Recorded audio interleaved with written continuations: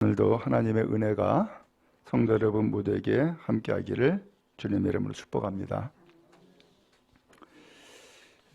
어떤 6살 난 딸아이가 선교원을 다녀왔어요.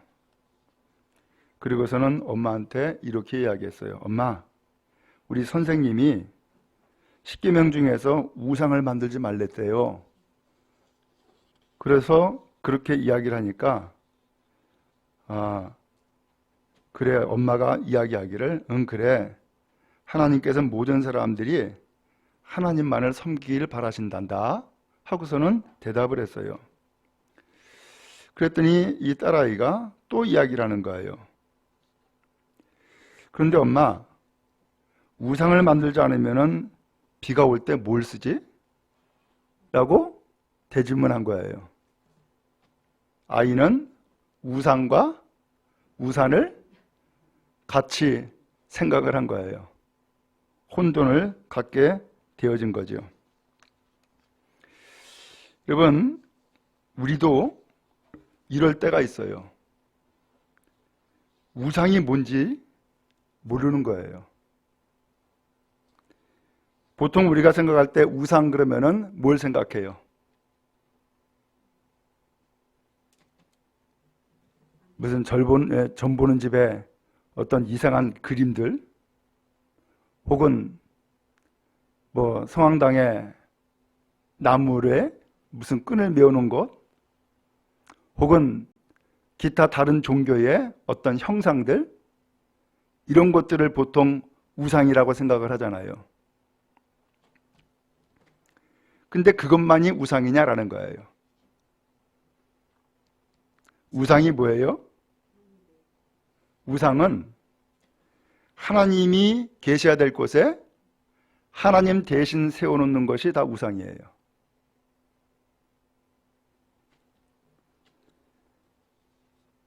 하나님을 섬겨야 될 곳에 하나님이 아닌 다른 것을 섬겨놓는 것, 그게 다 우상이에요.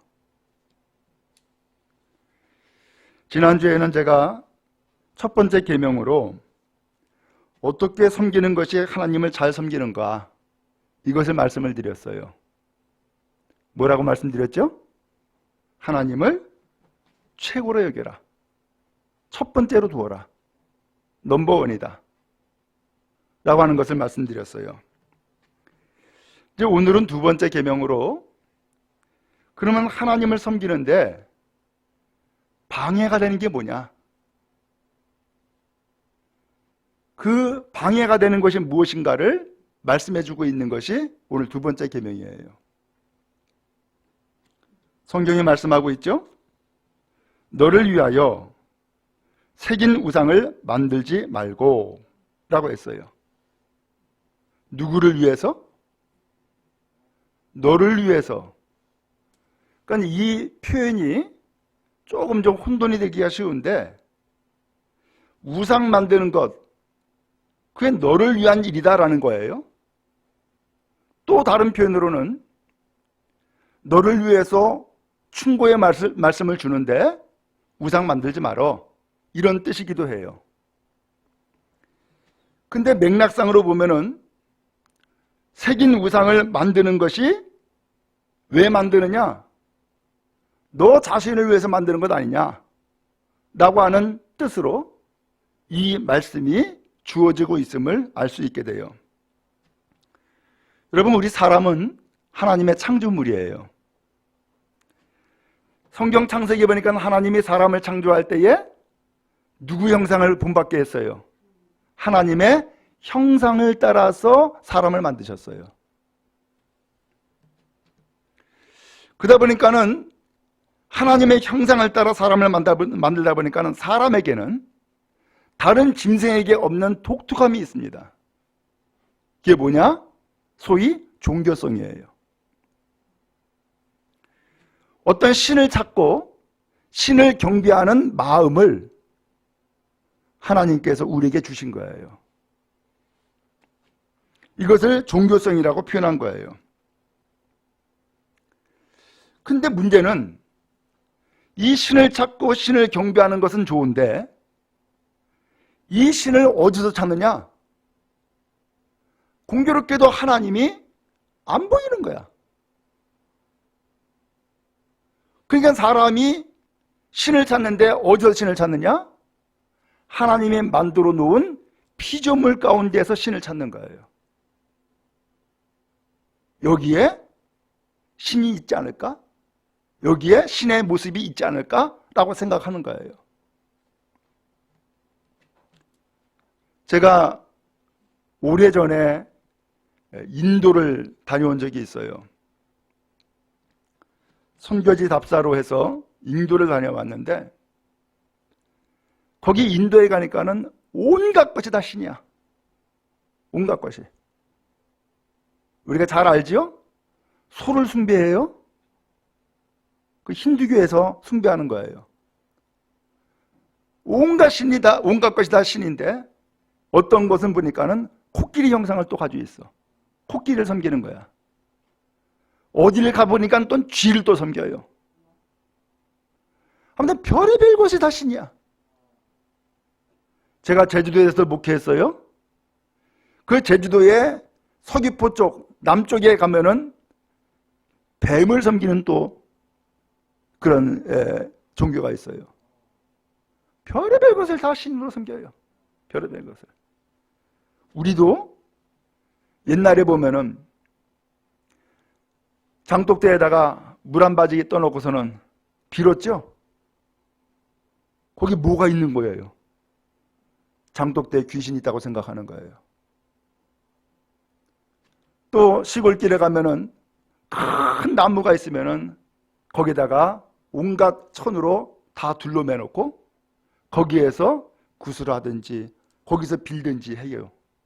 그게 뭐예요? 이 나무에 신이 있다라고 생각하는 거예요. 이처럼 사람들은 이런 종교성, 어떤 신을 찾고 경배하는 그런 마음을 하나님이 우리에게 주셨어요. 근데 하나님이 그것을 신을 찾고 경배하라고 하는 그 마음을 주신 것은 누구를 찾으라는 거예요? 하나님을 찾으라는 얘기거든요. 근데 문제는 사람이 그 신을 잘 몰라. 하나님이 짠 하고 나타나서 내가 하나님이다 그러면 얼마나 좋겠어. 근데 그게 아니라 하나님이 나타나질 않으시니까 사람들은 세상에 창조된 피조된 그 물질을 통하여서 혹은 짐승을 통하여서 신을 찾는 거예요. 그게 뭐냐? 그게 우상이라는 거예요. 그래서 하나님께서 오늘 두 번째 계명으로 주시는 말씀이 바로 그거예요. 너를 위하여 새긴 우상을 만들지 말고 또 위로 하늘에 있는 것이나 아래로 땅에 있는 것이나 땅 아래 물속에 있는 것의 어떤 형상도 만들지 말며라고 했어요. 사람은 무엇인가 어떤 형태를 찾아요. 어떤 모양을 찾는단 말이에요. 그러면서 신의 형상을 만들고 신의 형태를 찾는단 말이에요. 누구를 위해서? 자기 자신의 안일과 부귀와 또한 평화를 위해서, 자기 자신을 위해서 찾는 거예요. 그게 우상이라는 거예요. 그리고 또 이 우상을 그 다음에 뭐라고 했냐면 새긴 우상을 만들지 말고. 그러면 누가 이 우상을 만들어요? 자기가 만드는 거야. 새긴 우상, 자기가 그 우상을 만든다는 거예요. 새긴 우상. 그래서 돌로 혹은 금속으로 혹은 나무로 그러면서 우상의 형상을 만드는데 하늘에 있는 것 본받고서 그거 만들지 말라. 하늘에 있는 게 뭐예요? 새 종류죠. 또 땅에 있는 것, 땅에 뭐가 있어요? 짐승과 나무들이 있잖아요. 그 다음에 물속에 있는 것, 물속에는 물고기가 있고 하잖아요. 어떤 것도 어떤 형상도 만들지 말아라 라고 말씀을 하고 있는 거예요. 오늘 그리고서 하시는 말씀이 5절에 그것들에게 뭐 하지 말라고요? 절하지 말아라. 또 그것을 뭐 하지 말아라? 섬기지 말아라 라고 말씀을 했어요. 왜? 하나님이 아니니까. 하나님이 아니니까. 오늘 하나님은요, 오직 하나님만을 섬기기를 원하세요. 근데 하나님이 아닌 것을 섬기는 것을 보면은 하나님이 섭섭해 하세요. 이것을 5절에서 뭐라고 하냐면은 나 네 하나님 여호와는 무슨 하나님? 질투하는 하나님이다 라고 말씀을 하는 거예요. 어떤 사람이 사랑을 해요. 그리고서 결혼을 하게 됐어요. 그 사귀는 사람이 사랑을 하고 결혼하게 됐는데 그 사랑은 누구만을 향한 사랑이에요? 자기 상대방을 위한 사랑이에요. 그렇죠? 신랑은 신부를 향하여서, 신부는 신랑을 향하여서. 오직 사랑의 대상은 그 한 사람밖에 없는 거예요. 그런데 막상 보니까 또 다른 사람을 사랑하고 있어. 그러면 무슨 마음이 들어요? 배신감이 들지. 그죠? 배신감이 들지. 그럼 배신감이 들면 어떻게 돼요?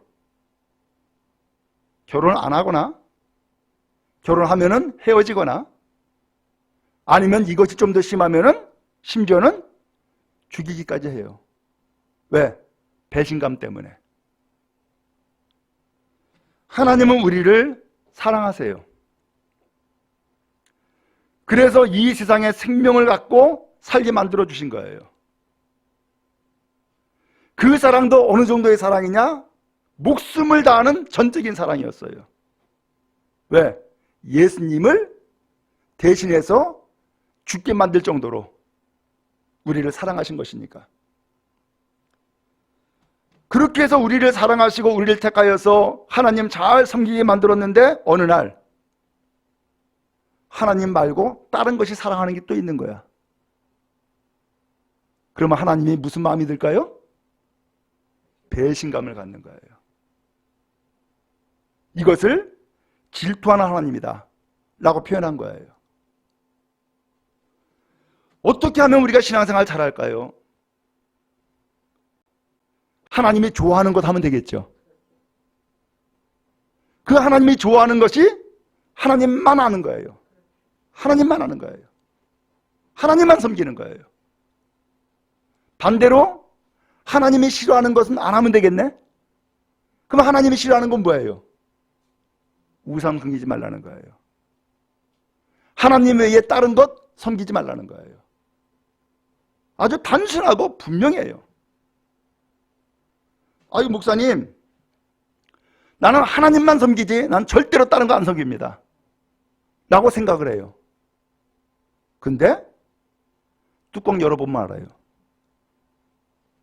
내가 정말로 하나님을 섬기는지 아니면 하나님이 아닌 또 다른 것을 섬기는지. 패트릭이라는 사람이 있었어요. 이 사람은 자기 친구에게 종종 이야기하기를 하나님은 내 인생에서 가장 중요해. 최고야. 내 아내도 내 가족도 그 누구도 하나님보다 우선되는 자는 없어. 나는 하나님을 사랑하고 나는 하나님을 철저하게 믿어 라고 그렇게 친구에게 자꾸 이야기를 했어요. 어느 날 과속하는 차가 그의 딸을 치어가지고서 교통사고가 난 거예요. 근데 이 딸이 10시간이 지나도록 생사를 알 수가 없는 상황에 빠진 거예요. 의식이 없는 거예요.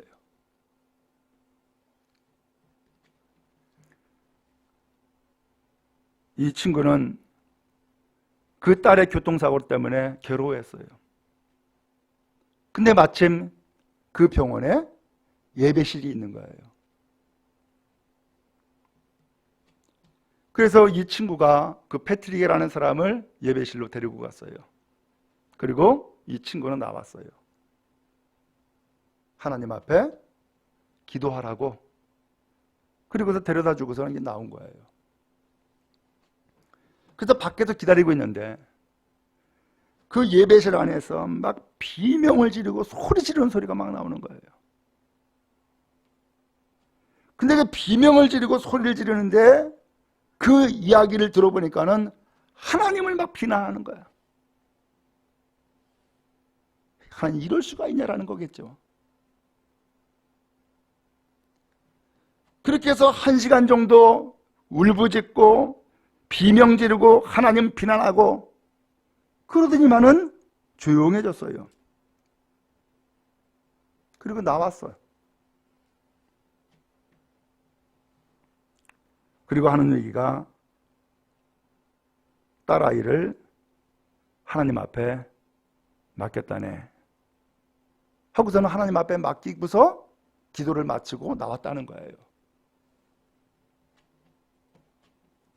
이 친구는 달리 할 말이 없었어요. 그리고 그를 포옹을 하고 하나님이 도와줄 거라고, 그리고서는 위로하고, 그리고서는 더 이상 할 말이 없었던 거예요. 그런데 사정이 되자 간호사가 이야기를 하는 거예요.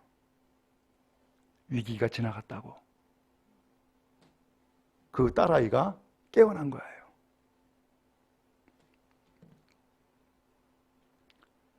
근데 그 딸아이가 깨어나자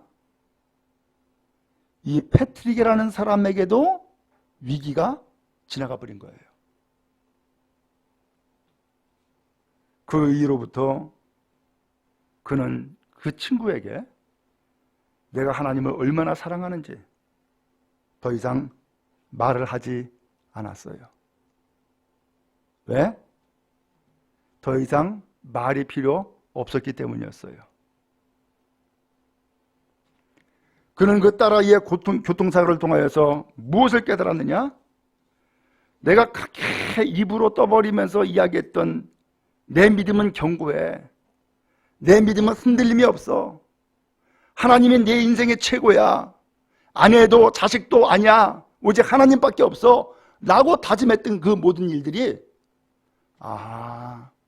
사실은 우상이었구나라는 것을 깨달은 거예요. 누가 우상이었어요? 자기 자신의 의로움이. 자기의 의를 믿은 것이 우상이었다는 것을 알게 된 거예요. 그리고서는 다시는 그 이후에 자기 자신의 믿음에 대해서 말을 하지 않고 오직 그의 실천을 통하여서 하나님을 신실하게 믿는 믿음을 드러내고 있었던 거예요. 여러분, 우리는 이와 같이 간혹 착각을 합니다. 내가 믿음이 있다 그러면 하나님께 영광을 돌려야 되는데 그 하나님이 계셔야 될 자리에 어느덧 나도 모르는 사이에 내가 있는 거예요. 내가 최고고 내가 가장 믿음이 좋고 그 외에 어떤 것도 내 믿음을 흔들 수가 없어 라고 생각한다고요. 근데 막상 문제를 만나고 보면은 진짜 내가 의지했던 것이 무엇인지 드러난단 말이에요. 진실로 원합니다. 이 패틱이라는 사람이 스스로 이야기했듯이 하나님만이 여러분의 삶의 주가 되어주시고 이것이 여러분의 고백과 삶의 실천을 통하여서 그대로 드러날 수 있기를 간절히 바랍니다. 하나님은 말씀합니다. 5절에 보니까는 나 내 하나님 여호와는 질투하는 하나님이다. 누구의 하나님이라고요? 나는 네 하나님이라는 거예요. 너의 하나님이야. 너의 하나님은 질투하는 하나님이야. 하나님 외에 다른 것을 최고로 여기고 하나님 외에 다른 것을 숭배하는 것 하나님은 싫어해. 그건 우상이야. 그러면서 그러한 우상을 숭배하는 것은 죄라는 거예요. 죄. 그리고 이 죄를 하나님이 갚는데 이것을 다른 성경에서는 벌이라고 표현을 했어요.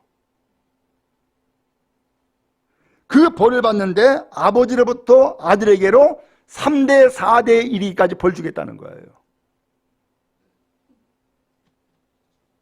그런데 반대로 6절에 보니까는 나를 사랑하고 내 계명을 지키는 자에게는 1000배까지 은혜를 베푸느니라 라고 말씀했어요. 누구를 사랑하고요?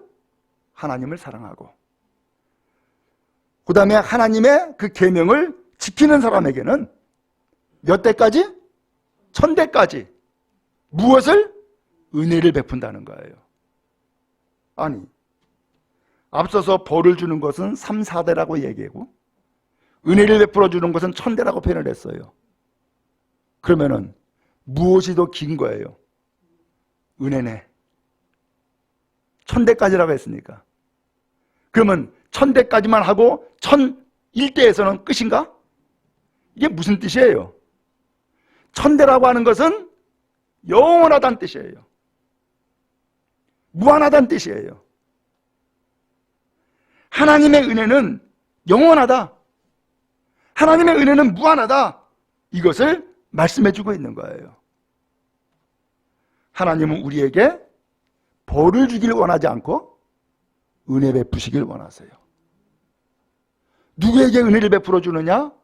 하나님을 사랑하는 사람. 그리고 하나님의 그 계명을 기쁘게 실천하는 사람. 그런 사람에게 은혜를 베풀어 준다는 거예요. 바라기는 우리 모든 성도들 은혜 받는 복된 성도 다 되어지기를 주님의 이름으로 축원합니다.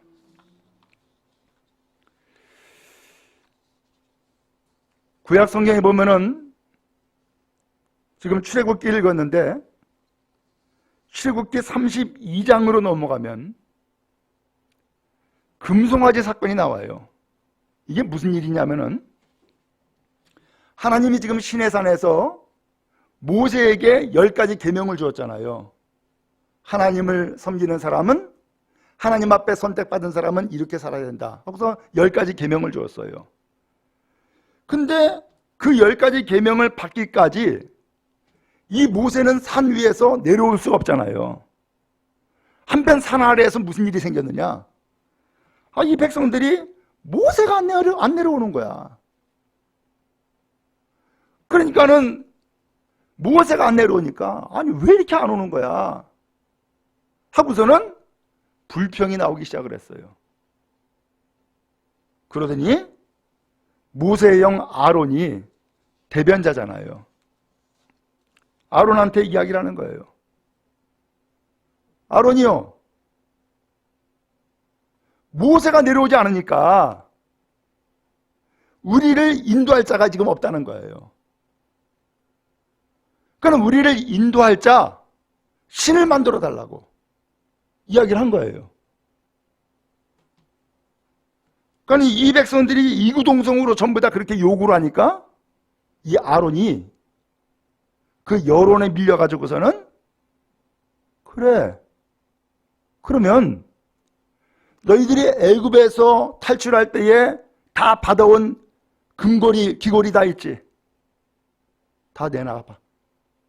하고서는 그것을 아들이고 딸이고 또한 자기고 부인이고 다 내놓은 거예요. 그래서 이걸 녹여가지고서 뭘 만들었죠? 금송아지를 만들었어요. 그리고서는 이 아론이 선포하기를 이것이 너희 신이다. 그리고 이 신이 너희를 인도하리라 하고서 선언을 했어요. 그러자 이 백성들이 그 금송아지 앞에서 난리 구슬하고 잔치를 벌이는 거예요. 근데 제가 궁금했던 것은 아론이 왜 하필 금송아지를 만들었을까? 라고 하는 거예요. 왜 금송아지를 만들었을까?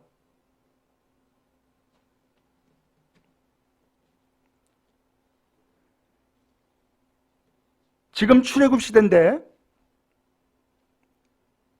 이들이 꿈꾸는 것은 이 광야가 아니라 적과 꿀이는 좋은 땅에 가가지고서 이제는 노예도 아니고 나그네도 아니고 좋은 땅에 가서 정착해가지고서 거기에서 농사 잘 짓고 편안하게 사는 것이 꿈이에요.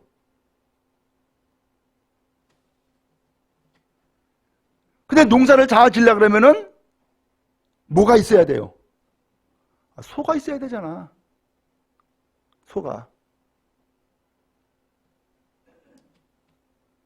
그러니까 농사 잘 짓고 거기에 소도 거둬서 잘 먹고 잘 살려고 그러면은 소가 있어야 되니까 이 아론이 이 백성들의 여론, 이 백성들의 마음을 다 간파한 거예요. 그리고 만든 것이 소야. 근데 그 소도 나무로 만들지 않고 뭘로 만들었어요? 금덩어리로 만들었어. 딱 맞아 떨어지죠. 아, 그래. 이제는 더 이상 애굽에서 노예도 아니고 이 광야에서 나그네도 아니고 이제는 가나안 땅에 들어가 가지고서는 농사 잘 짓고 집 잘 짓고 편안하게 먹고 살고 하는 것이 소망인데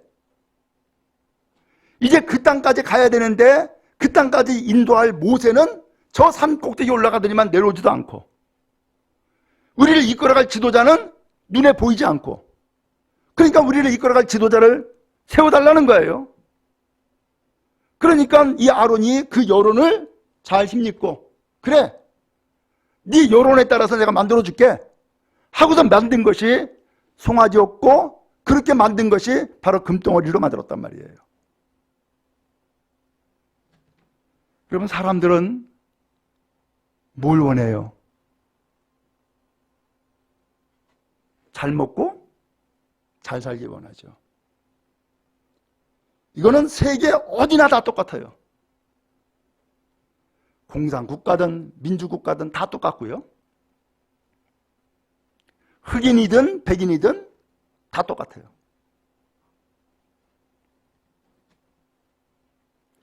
근데 그것을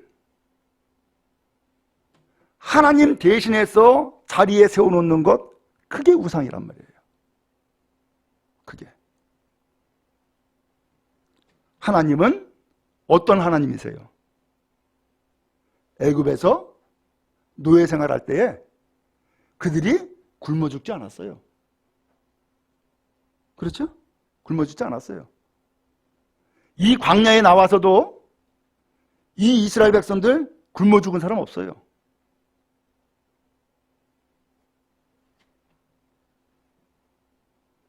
이 백성들이 그 애굽의 노예가 되고 세상의 노예가 되는 것 그러면서 못 살겠다고 아우성하는 것을 하나님이 들으시고서 이 백성들을 불쌍히 여겨서 구출해 주신 거예요.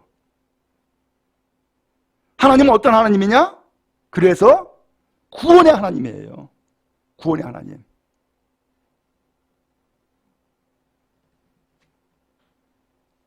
그래서 육신뿐만 아니라 영혼까지도 구원하셔서 가나안 땅에 이끄시고 거기에서 성전 짓고 하나님을 섬기는 하나님의 백성으로 세우는 것이 하나님의 섭리였고 뜻이었단 말이에요. 근데 그 가나안 땅에 가기 전 모세는 하나님의 말씀을 받는다고 산 꼭대기 올라가서 내려오진 않죠. 이 백성들은 하루하루가 다급하지요. 그러니까 우리를 위해서 인도할 신을 만들어 달라고 했는데 어디로 인도하기를 원하느냐? 잘 먹고 잘 사는 곳으로 인도하기를 원했던 거예요. 그러니까 송아지 만들고 그 송아지도 금으로 만든 거예요. 기가 막히게 맞아 떨어지죠.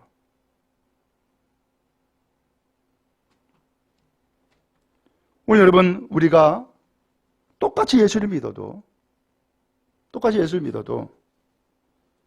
우리가 알듯 모르듯 어느 사이에 하나님 외에 다른 우상을 만들어 놓는 경우가 있어요. 하나님을 넘버원으로, 하나님을 최고로 섬겨야 되는데 나는 하나님 없어도 살아. 나는 이것이 더 좋아 하면서 하나님 아닌 다른 것을 더 섬기는 그런 마음도 있단 말이에요. 위험한 일이에요.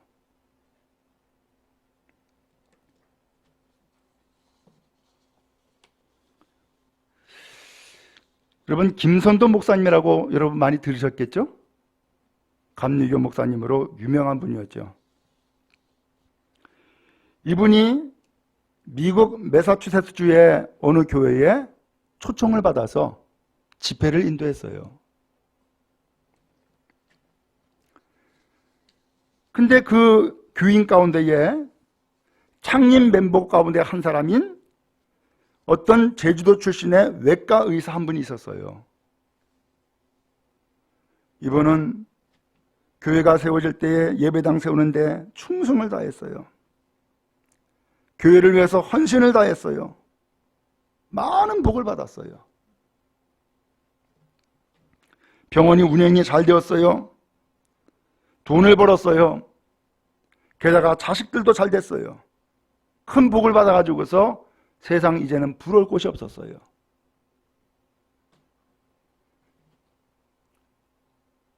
근데 어느 날 그 교회에 집회가 있다고, 그러면서 목사님이 이 집회에 참여하라고 한 거예요. 그랬더니 이 사람이 기가 막힌 얘기를 한 거예요. 옛날에 이민 와가지고서 고독하고 외로울 때 교회 나왔다는 거예요. 하나님 잘 섬겼다는 거예요. 그리고 예수 믿었다는 거예요. 근데 지금은 외롭지 않다는 거예요. 지금은 고독하지 않다는 거예요. 지금은 자식들도 잘 되고 병원 운영도 잘 되고 이제는 걱정 근심이 없다는 거예요. 그러면서 아쉬울 것이 없이 나 만족합니다. 그런 얘기를 했어요. 그리고서 집회에 안 나오는 거야.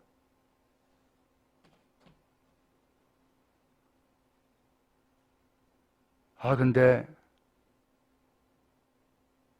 기가 막힌 일이 생겨버린 거예요. 두 아들이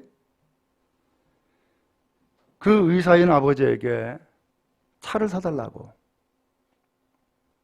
그래서 멋진 스포츠카를 사준 거예요.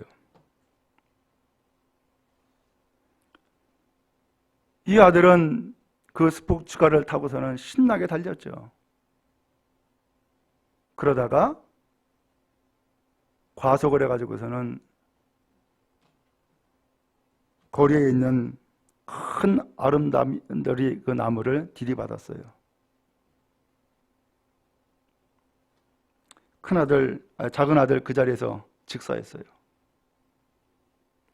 큰 아들은 한쪽 눈을 잃어버렸어요. 큰 비극을 맛본 거죠. 어느덧 이 사람의 마음에 자식이 우상이 되었고, 자기 사업, 병원이 우상이 되었고, 자기 재물이 우상이 되어버리고 만 거예요.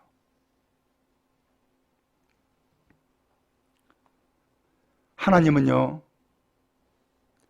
하나님 외에 다른 것을 섬기는 것을 싫어하세요.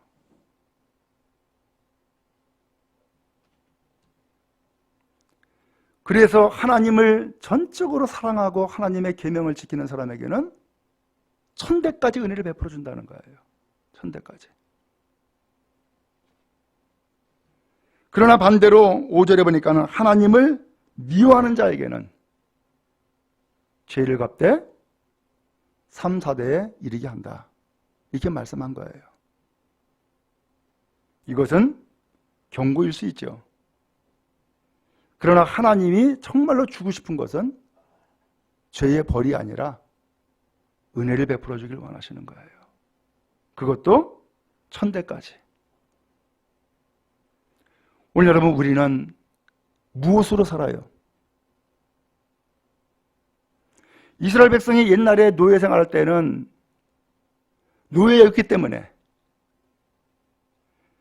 그 노예를 다스리고 지배하는 그 애굽 사람들의 그 손아귀에서 벗어나지 못했어요. 그리고 거기에 질질 끌리면서 살았다고요. 그런 삶이 정말로 싫어가지고 하나님 제발 이 노예 생활에서 좀 벗어나게 해주세요 라고 아우성했는데, 그리고 나서 광야로 나왔어요. 근데 광야로 나와가지고서 하나님께서 이 백성들을 계속해서 훈련시키는 거예요. 하나님을 어떻게 섬기는 것인지 하나씩 하나씩 알려주는 거죠. 그러면서 오늘 이 말씀을 주신 거예요. 하나님 최고로 여겨라. 그리고 하나님의 싫어하는 것 절대 하지 말아라. 하나님이 좋아하는 것을 해라. 그러면 은혜 받는다. 복 받는다. 이 말씀을 주고 계신 거예요.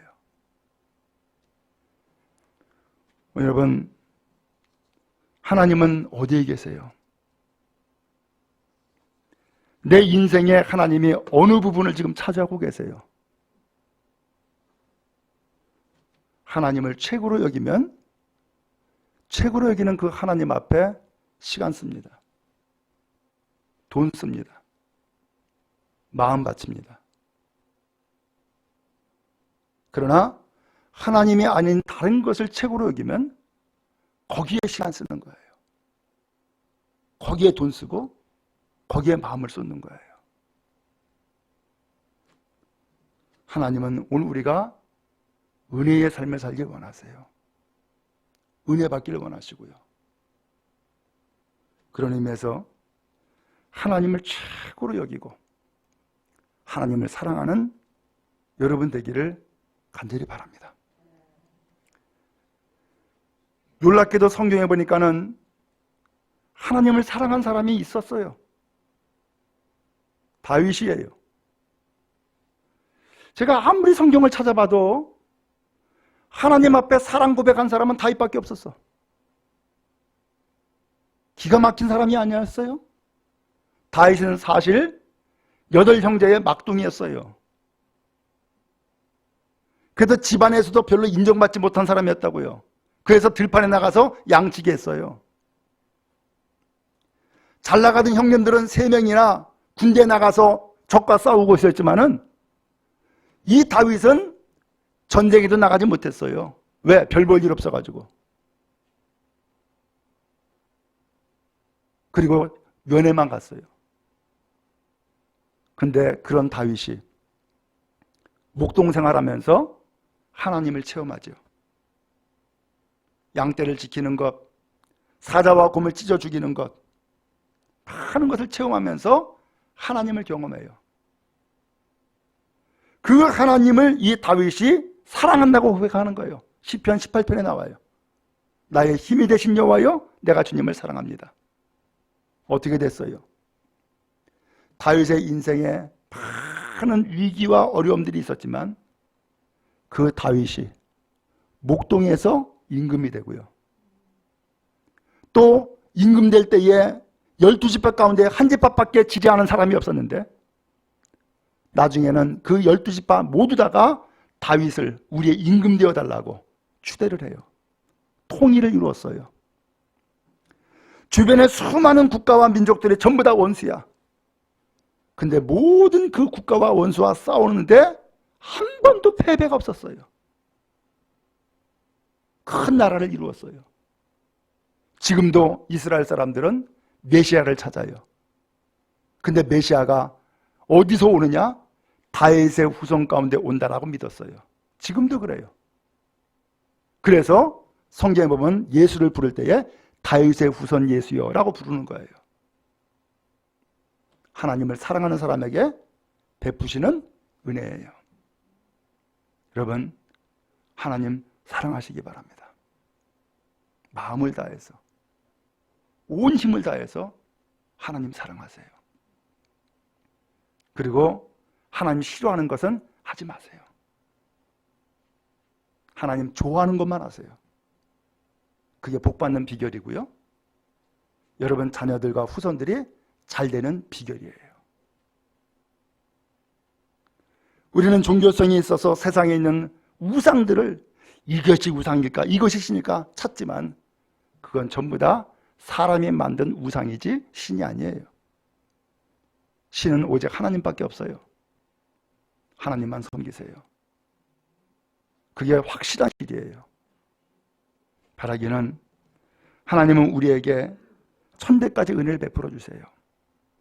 여러분과 여러분의 가정이 천대까지 은혜 받는 복된 가정 다 되기를 주님의 이름으로 축복합니다.